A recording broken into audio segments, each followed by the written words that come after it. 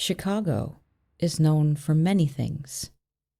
The first Ferris wheel, invented and built for the 1893 World's Fair. Deep dish pizza, as thick as a book with a delightfully crunchy crust if it's done right. The home of the fictional Gallagher family from the show Shameless. The famous L train, which is kind of like the circulatory system of the city. Chicago is also referred to as the Windy City, which most people think refer to the gusts of wind coming off of Lake Michigan. What most don't know, however, is that Windy City is a phrase that has been used in an accusatory sense by rival cities to refer to its politicians, who have been said to be full of hot air and even called windbags due to their boastful nature. The question is, though, boastful on the behalf of whom? For their citizens or for their own political gain? It's hard to say, because these so-called windy politicians allowed for a huge infiltration of their city. It happened in the still of a very early morning. A team of about 14 plainclothes officers assembled outside an apartment building on the quiet Monroe Street. According to different accounts, the doors kicked in and the shooting begins pretty immediately. In the front living room, Mark Clark, age 22, is on a type of security duty with a shotgun due to the very tense, highly charged political atmosphere. He is shot in the chest by officers and killed instantly. It has been alleged that his shotgun discharged once reflexively. In the rear bedroom, a man is lying next to his pregnant fiancée. Police fire multiple rounds into the bedroom. The man is wounded in the shoulder, and then, after the pregnant fiancée is dragged from the room, a voice could allegedly be heard asking if the man was dead. After a moment of silence, a few shots rang out. Then another voice answered the question. He's good and dead now. During this infiltration, the apartment is subjected to a massive onslaught of gunfire. Officers allegedly fired between 82 and 99 shots. Now, if I didn't know any better, and I read this in an article, I would have thought that this was an ICE raid. Except the date of this raid was December 4th, 1969. This was the murder of the Detroit chapter of the Black Panther Party's leader, Fred Hampton, which was planned out by the FBI's COINTELPRO operation and then carried out by the Chicago Police Department. Now, extreme racism and political violence certainly aren't new to Chicago, though the circumstances are indeed very different. The president at the time of this incident was Richard Nixon, and though he was no saint, obviously, and approved illegal surveillance and many other operations on top of his corruption and the Watergate scandal, he didn't directly put this assassination into motion. In contrast, it was Trump directly who has ordered the ICE raids, which have resulted in desperation, devastation, and death. It seems as though Donald Trump's presidency has revived something Americans thought that they'd long since buried within the casket of J. Edgar Hoover: the weaponization of federal power against political opposition. As a candidate, Trump promised revenge with his grievance politics. As president, he's delivering pretty much exactly what he promised.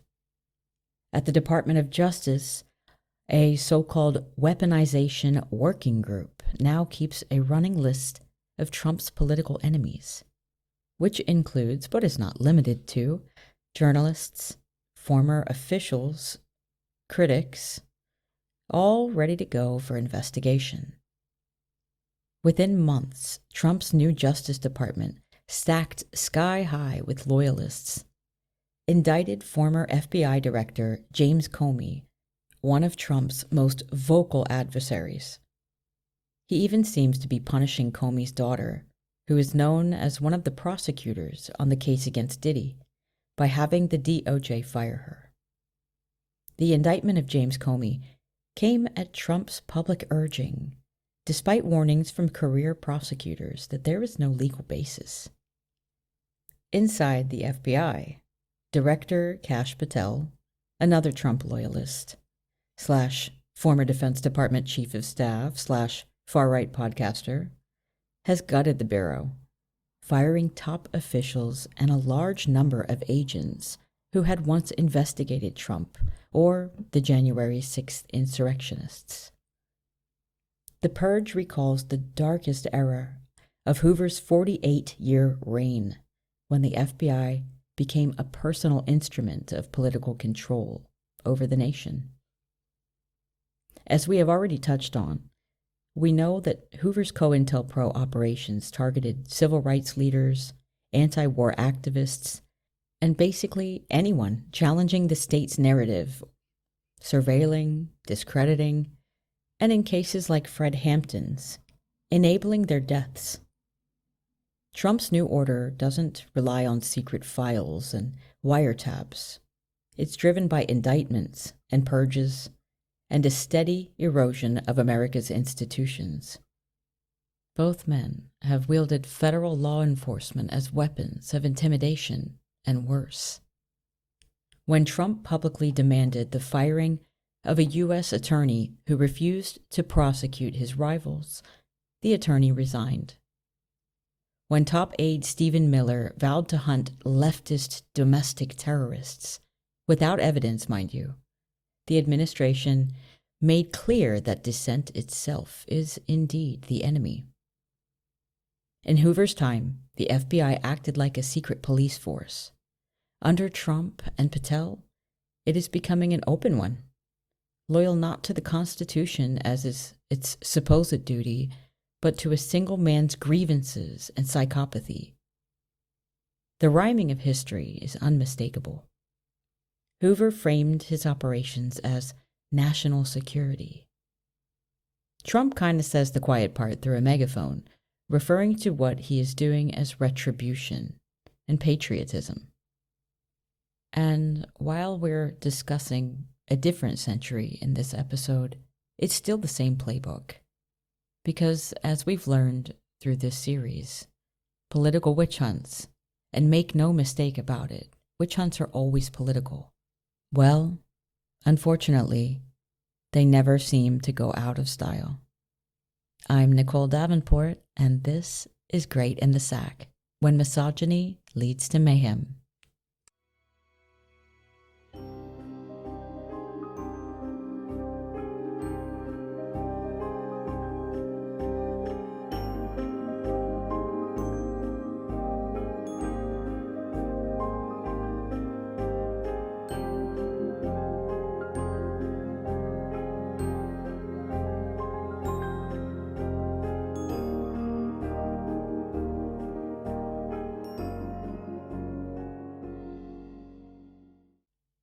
Content warning, political violence and racism, and a brief mention of suicide. Use caution when listening. To my American listeners, I wish to acknowledge the extreme stress and fear that must be becoming a significant part of life for many of you. I wanted to encourage those of you who are able to help provide food or voluntary work through your communities. There's also an organization called Feeding America, which strives for an America where no one goes hungry. They state that hunger is a big challenge, but together we can solve it. They approach ending food insecurity from every angle, and they're also accepting donations. A link can be found in the show notes. That being said, let's get started. Now, when you all think of the Black Panther Party, what comes to mind? I bet you didn't know that their original name was Black Panther Party of Self-Defense. I didn't know. I also realized that in school, we were taught that the Black Panther Party was a malicious, militant group, which makes sense because the folks writing those history books were likely the same people influenced by Hoover's propaganda. And thanks to that propaganda, many Americans, especially those relying on mainstream news or FBI statements, associated the Panthers with violence and guns and shootouts, black leather jackets, and weapons, mainly assault rifles. Hoover even went so far as to label them as, quote, the greatest threat to the internal security of the country, framing them as a hate group comparable to that of the likes of the KKK, but inverted. I wonder if this is where we got that term reverse racism from. Headlines often highlighted armed patrols, confrontations with police, and later, high-profile cases like the 1969 Chicago raid that killed Fred Hampton, which was, of course, framed as a national security issue. All of this only reinforced the completely false assumptions that the party's core was criminal or terroristic. What the Black Panther Party actually set out to do was quite different from the rhetoric that was pushed by Hoover and his FBI. You see, it all started around World War II, during the early part of the Second Great Migration. Now, the Second Great Migration, for those unfamiliar, was the migration of more than 5 million African Americans out of the South and into the North, the Northeast, the West, and the Northwest from the 1940s until around the 1970s or so. So when this second migration began, it was basically to escape all of the places that the Jim Crow laws applied. This event also came about as a result of the search for employment within the war industry. That being said, it isn't like these other places were magical utopias of equality or anything like that. And one can say this is partially implied by the so-called white flight or white exodus, which was the large-scale migration of white people from the industrialized urban areas of the cities into the suburbs as a result of racial integration and desegregation. Groups of young people of color began to endure new forms of racism, segregation, repression, and hence poverty within the urban areas of the not South. And wouldn't you know it, with the white flight came the flight of employers, also into suburban areas, leaving people of color in terrible conditions, which would be labeled urban ghettos, and included substandard housing, zero employment opportunities, no political representation at all, and no possibility for higher education. The eventual civil rights movement, which used nonviolent civil disobedience, seemed unable to improve any of these conditions. And so, eventually, the Black Panther Party of Defense was formed in an attempt to develop forms of politics to battle these grossly unfair conditions and treatment.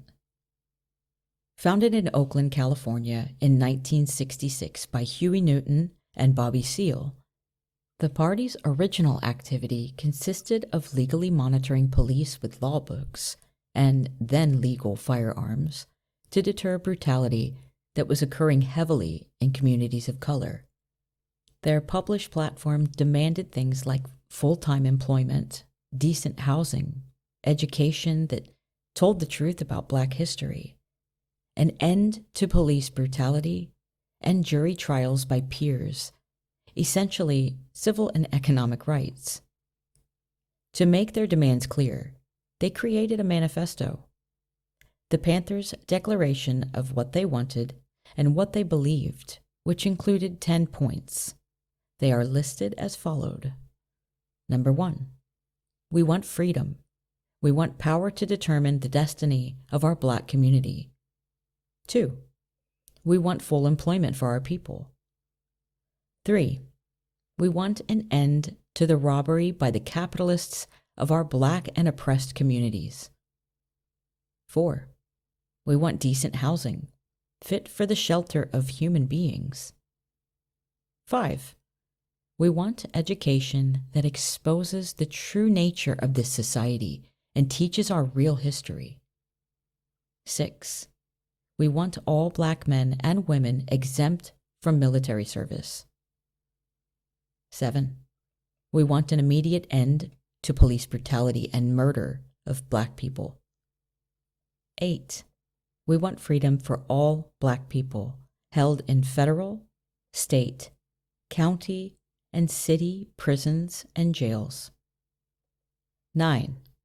We want all Black people, when brought to trial, to be tried by a jury of their peers from their own communities. 10. We want land, bread, housing, education, clothing, justice, and peace. These were the beliefs and moral code that the Black Panther Party taught and lived by. A plan for survival and for dignity, really. And alongside it, the Panthers taught the rules: how to behave when stopped, searched, or interrogated by police, which basically went like this: stay calm, don't resist, demand your rights, don't speak without a lawyer, record badge numbers, protect each other. Self-defense went hand in hand with discipline, much more so than how to handle weapons. And every member was to know exactly what their rights were as American citizens. Then came the Mulford Act. The Mulford Act was a California law passed in 1967 that made it illegal to openly carry loaded firearms in public without a permit. It was written by Republican Assemblyman Don Mulford and signed into law by none other than then-Governor Ronald Reagan. The law was created largely in response to the activities of the Black Panther Party, who had been patrolling their communities while armed to monitor police behavior, an early form of what's now called cop watching. Keep in mind that there was nothing wrong with what they were doing. American citizens in the state of California, before the Mulford Act, of course, had the right to carry loaded firearms. And when the Panthers protested the bill by marching with guns into the California state capitol on May 2nd, 1967, the bill was declared an urgency statute, allowing lawmakers to fast-track it through the legislature. Newspapers such as the New York Times and the Sacramento Bee published salacious headlines that went a little something like, quote, "A band of young Negroes armed with loaded rifles, pistols, and shotguns entered the Capitol Tuesday." Yeah. The act passed with broad bipartisan support from both Republicans and Democrats, as well as from the National Rifle Association, you got it folks, the NRA, and was signed into law on July 28th, 1967. Yeah, the NRA, Kind of unbelievable. Governor Reagan defended the law, saying there was no reason for citizens to carry loaded weapons in public and that the bill wouldn't harm law-abiding citizens. It's not like he's wrong there, but he did it for all the wrong reasons, to further suppress a group of people. Now we're going to fast forward a bit to January 1969 in West Oakland.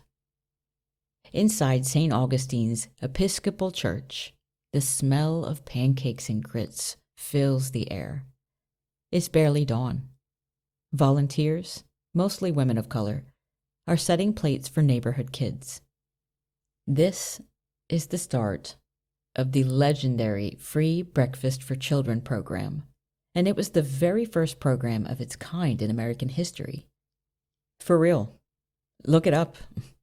The government tried a pilot school breakfast program, but it wasn't until 1975 that it became a real thing. One of the BPP's main ideas that had been around since the beginning of its formation was that they cannot expect their oppressors to help them They have to do it themselves, through community. By spring that same year, chapters from Chicago to Los Angeles were running the breakfast program out of church basements, community centers, and storefronts, serving tens of thousands of meals before school every single week. But while the kids ate, sometimes police officers would come to show their presence, creating a tense, scary atmosphere for those kids, sometimes even standing over them. Armed police, often directed by local Red Squads and the FBI's COINTELPRO operations, would barge into these programs, rifles drawn under the pretext of looking for illegal activities.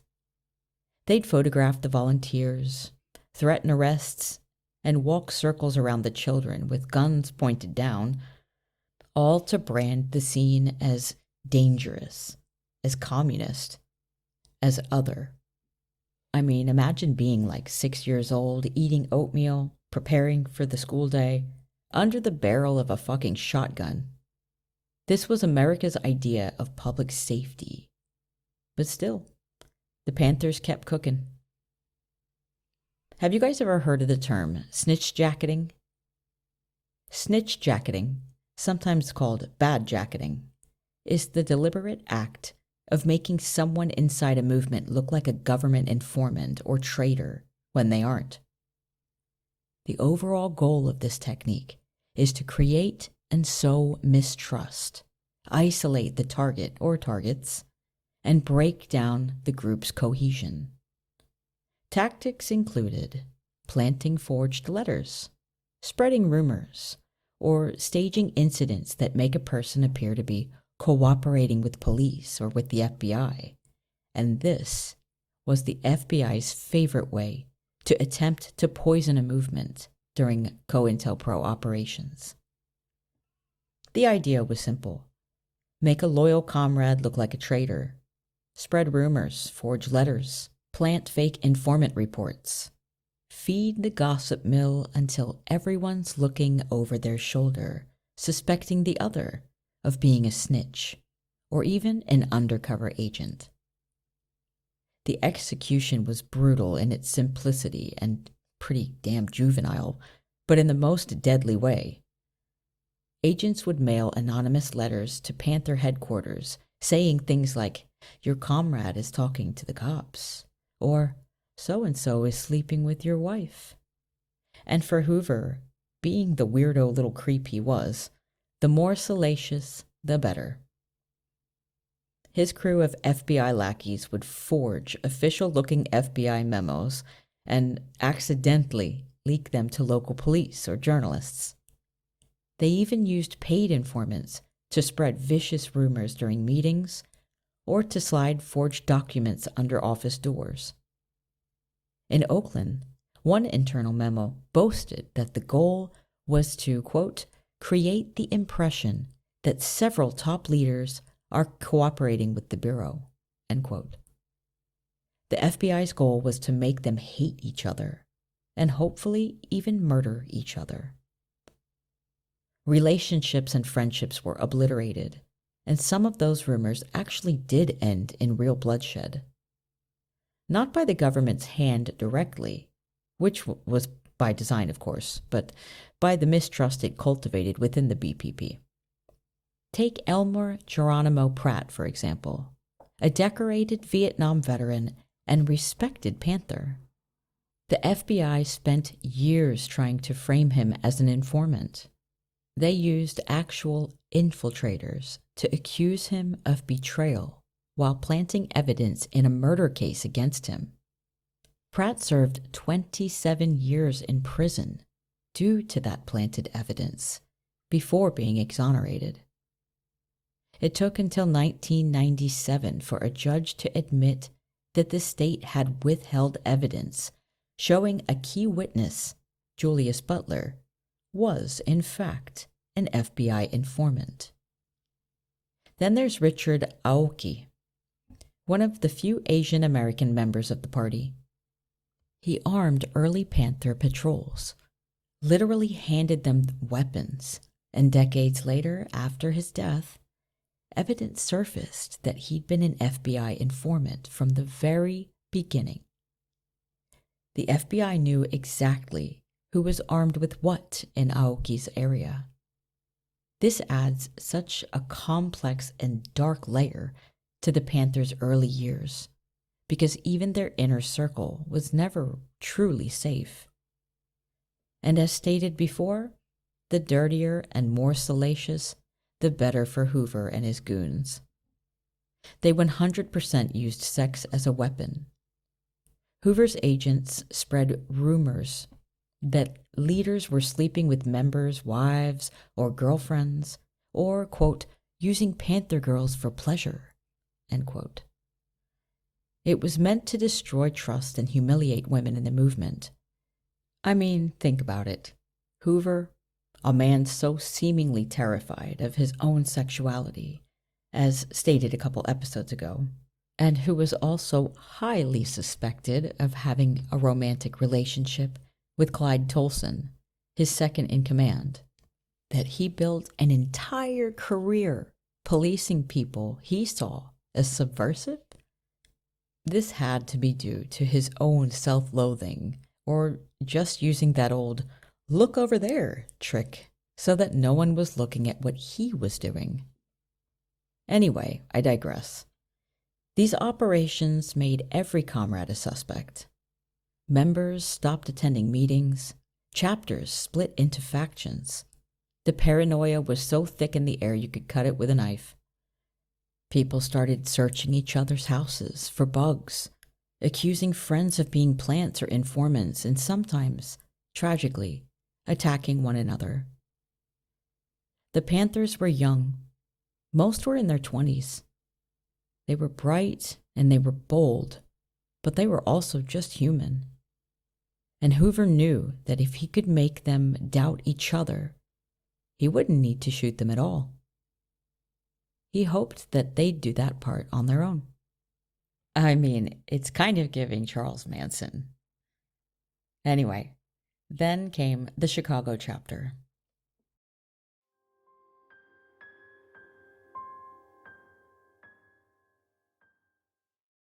Fred Hampton was just a kid from the Chicago suburbs. He was quiet, intelligent, and athletic. He was born on August 30th, 1948, in Summit, Illinois, to Francis and Ibera Hampton. His father worked at the Argo Starch Company, and his mother was a domestic worker who had been active in the NAACP. By high school, Fred was already showing leadership skills. He was class president for 3 straight years at Proviso East High in Maywood. Teachers described him as focused and articulate. He also seemed to be great at organizing. He started student protests demanding more Black teachers, more inclusive textbooks, and better lunch conditions. He was 16, leading demonstrations against racism before most kids his age were even aware of the problem. After graduation, he studied pre-law at Triton Junior College, planning to use the law to defend his community. Around the same time, the civil rights movement was shifting. After the assassinations of Malcolm X in 1965 and MLK Jr. in 1968, younger activists were losing faith in the nonviolence approach. In early 1968, Fred joined the NAACP Youth Council and soon became its chairman. Under him, membership jumped to more than 500 young people in the Chicago area. He organized a campaign for recreational facilities and educational resources in Black neighborhoods. Those early successes caught the attention of the Black Panther Party, newly expanding from Oakland to other cities. In May of 1968, Fred Hampton, then just 20 years old, was accused of stealing $71 worth of ice cream bars from a Good Humor truck in Maywood, Illinois.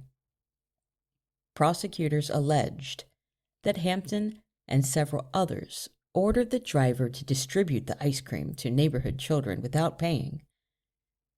Hampton was charged with robbery and sentenced to 2 to 5 years in prison. Can you believe that? Hampton and supporters maintained that the accusation was false and politically motivated. His attorneys argued that the case lacked credible evidence and that the charge was part of a broader pattern of surveillance and criminalization of Black activists during the late 1960s. Many historians now consider the robbery case to have been exaggerated or even fabricated by law enforcement to discredit Hampton's growing influence. While Hampton did serve some time in Cook County Jail for the conviction, his sentence was eventually reduced, and he was released on appeal. In late 1968, Fred Hampton founded the Illinois chapter of the Black Panther Party. His charisma and hardcore determination made him one of the fastest rising leaders in the movement. He was known for speaking in plain language instead of in an uppity academic way that can make people feel kind of dumb. He could talk about Marxism, capitalism, and class struggle in a way that resonated with working class people. Crowds loved him because he was real. He said things like, quote, "We're not going to fight racism with racism. We're going to fight racism with solidarity." Isn't that powerful? And that right there sums up why he scared the establishment. He was loudly challenging the status quo. Hampton was building what he referred to as a rainbow coalition, an anti-racist, anti-classist organization which featured a broad alliance between the Panthers, the Young Lords, who were a Puerto Rican group, and the Young Patriots, who were poor white activists from the South Side. It's pretty clear he understood that poverty, police brutality, and housing inequality cut across race. To J. Edgar Hoover, that kind of unity was absolute nightmare fuel. The FBI had already labeled the Black Panther Party, quote, "the greatest threat to the internal security of the United States," as I believe I mentioned in the beginning. Hampton's ability to bridge divides made him, personally, one of the Bureau's top domestic targets. So the FBI hatched a plan. You see, to get to Hampton, the FBI turned to William O'Neill, a 17-year-old car thief busted for impersonating a federal officer. Faced with some pretty serious charges, he was given a choice: prison or cooperation. O'Neill agreed to infiltrate the Panthers. He joined Hampton's Chicago chapter and quickly gained his trust. So much that Hampton eventually appointed him to head of security. This meant O'Neill knew where meetings were held, where weapons were stashed, and where Fred slept at night.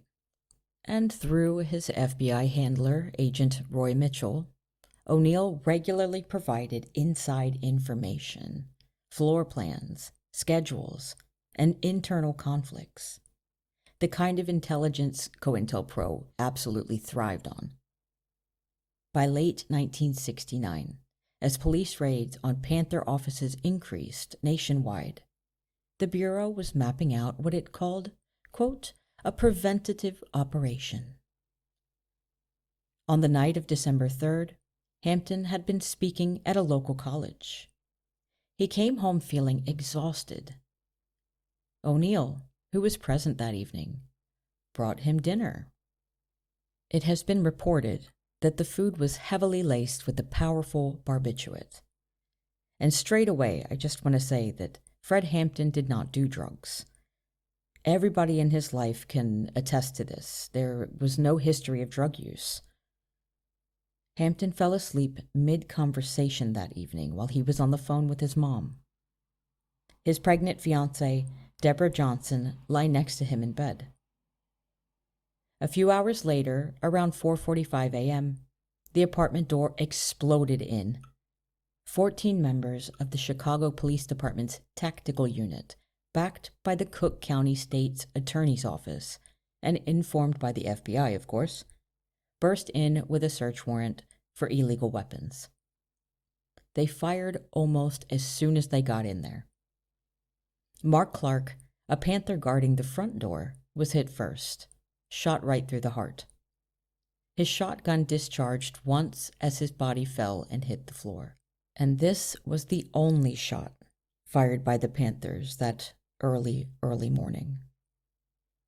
The officers moved room to room, firing more than 90 rounds.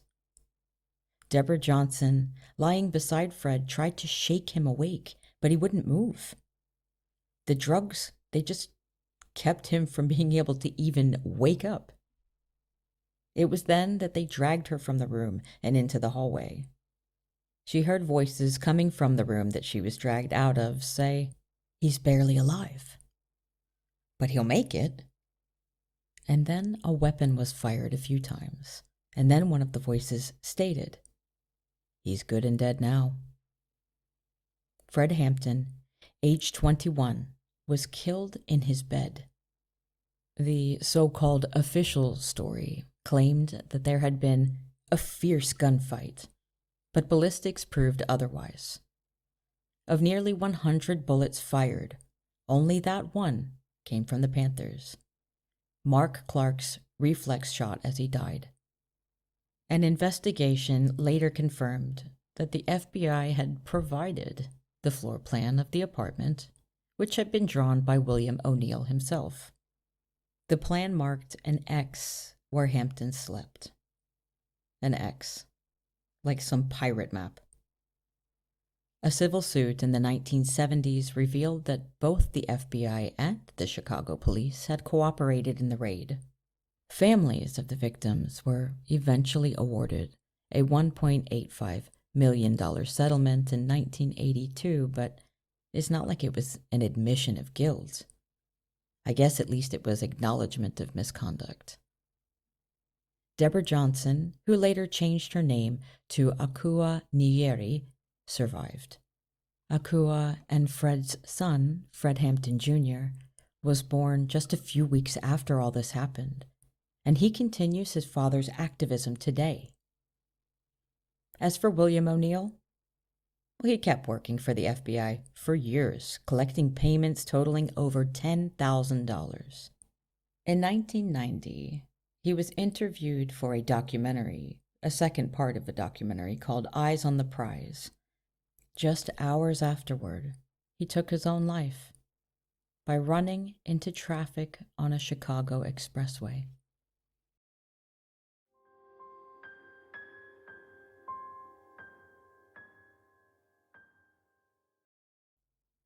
Now, when we take a step back and really look at the FBI's extreme targeting of the Black Panther Party, I think it's important to ask, why did it bother them so much?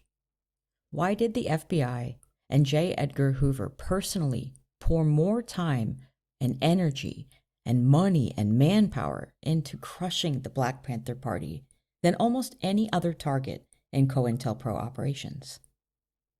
I think it was because here was a generation of young people of color who refused to wait for permission from the establishment, from their oppressors, to live a fulfilling, meaningful life. They refused to ask for help. They were feeding kids before school. They were running free medical clinics. They were defending neighborhoods from police brutality. By 1971, they were opening free medical clinics in cities across the country, referred to as People's Free Health Centers.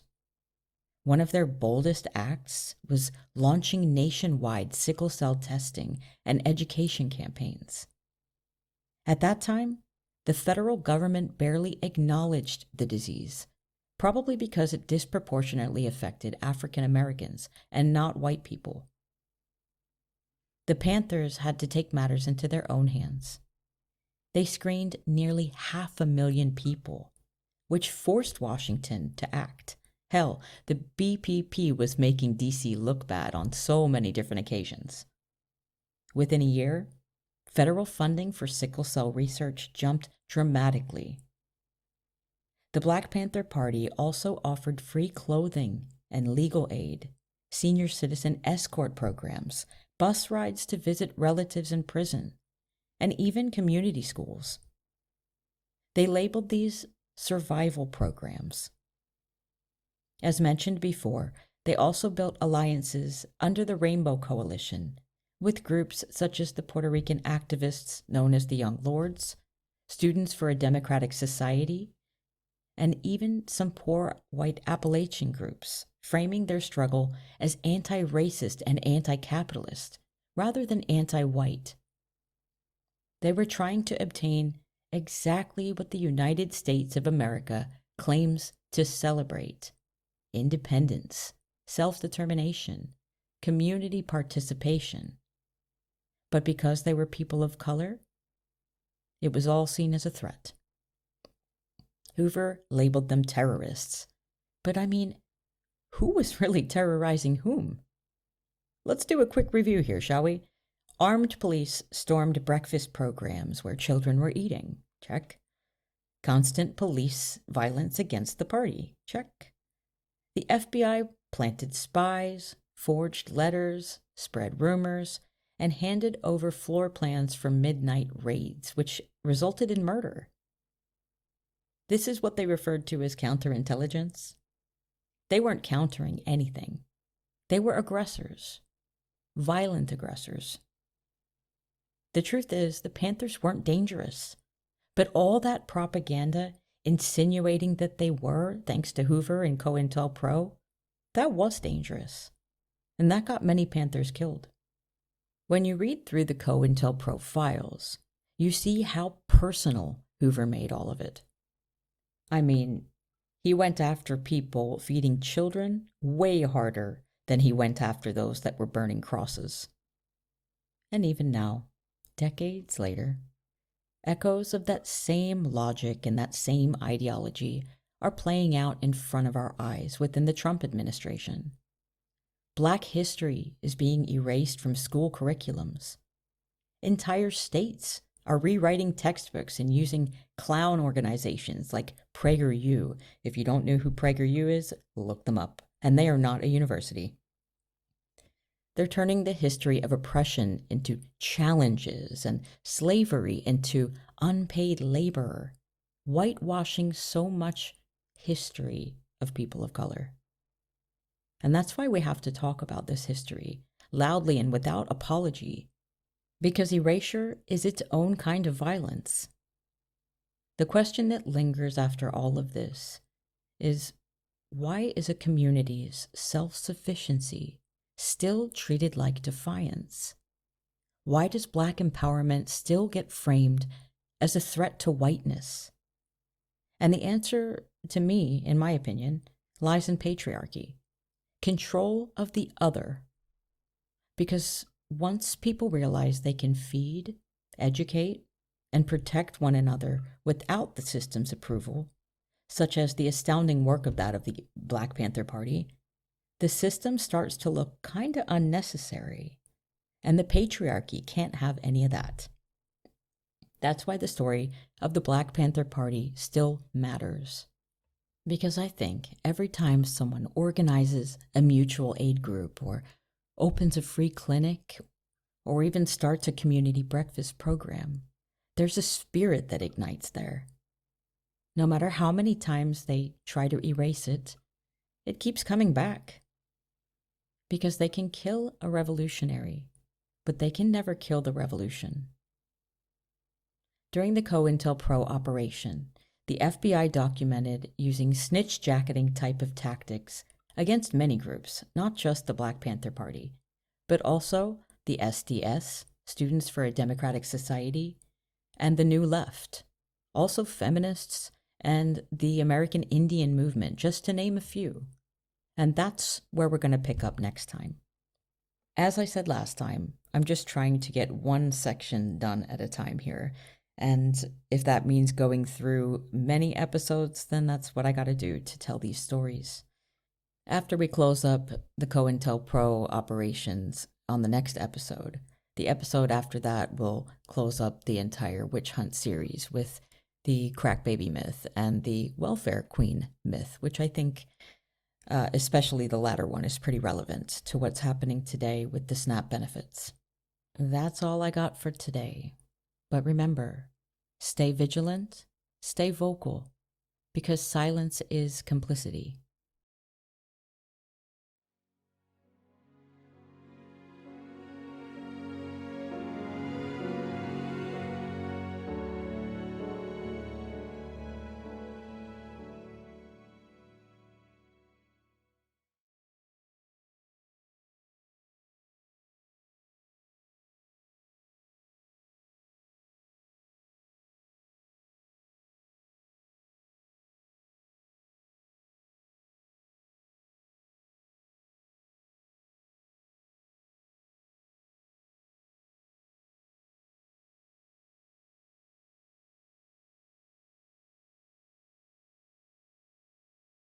See you guys next time.